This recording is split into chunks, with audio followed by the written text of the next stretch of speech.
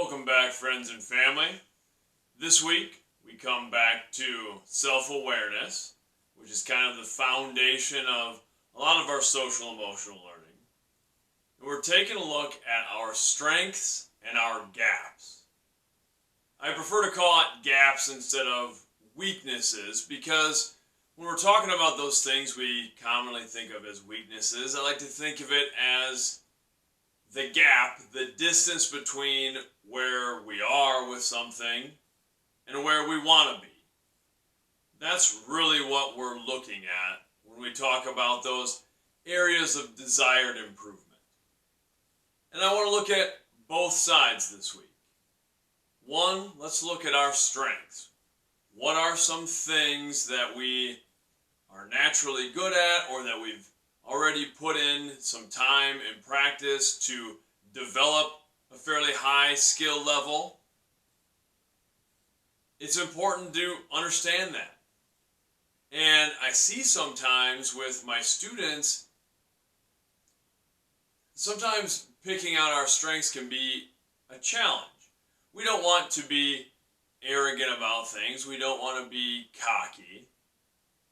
But it's important to know our strengths, and we all have strengths. I say this all the time, but everyone, all of you have something that has been given to you for the express purpose of being brought to fruition, to being brought into this world. It's there for a reason, and you have that thing. You might be the only one who can bring it to reality. That's a strength. That's something that we have. And everybody is an expert at something because of the experiences we've had, because of our passions and our goals and our dreams and our interests. Everyone's an expert at something. Everyone brings something meaningful to the table. I want us to start there. And when we find our strengths, it's important to double down on those things. Too often in school and in athletics, and I'm guilty of it as a teacher and a coach sometimes, is we pick out the weaknesses, the gaps, the areas of needed improvement, and we dwell on those things.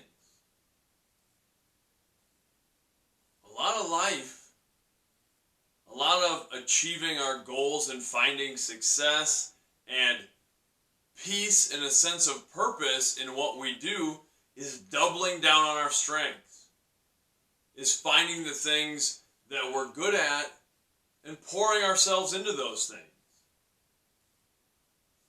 On the flip side of that, I don't want us to be unaware of areas where we don't want to improve, and that's why I'm not calling it weaknesses.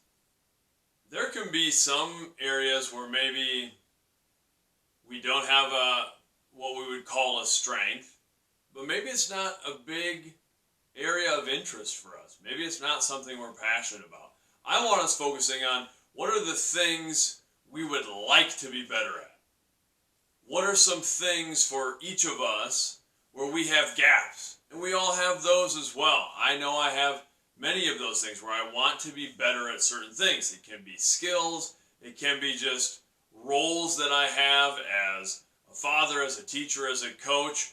But I want us to be specific and identify some areas, some gap areas where we would like to learn and grow and improve.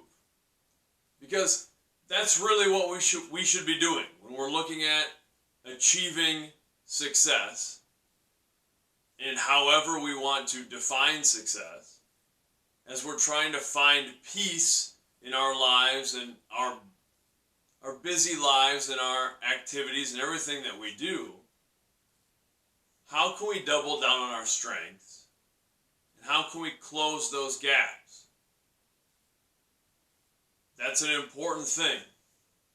And we can do that when we start to identify, when we honestly assess ourselves to determine those strengths and gaps. Let's do that this week. Have another great one. Much love.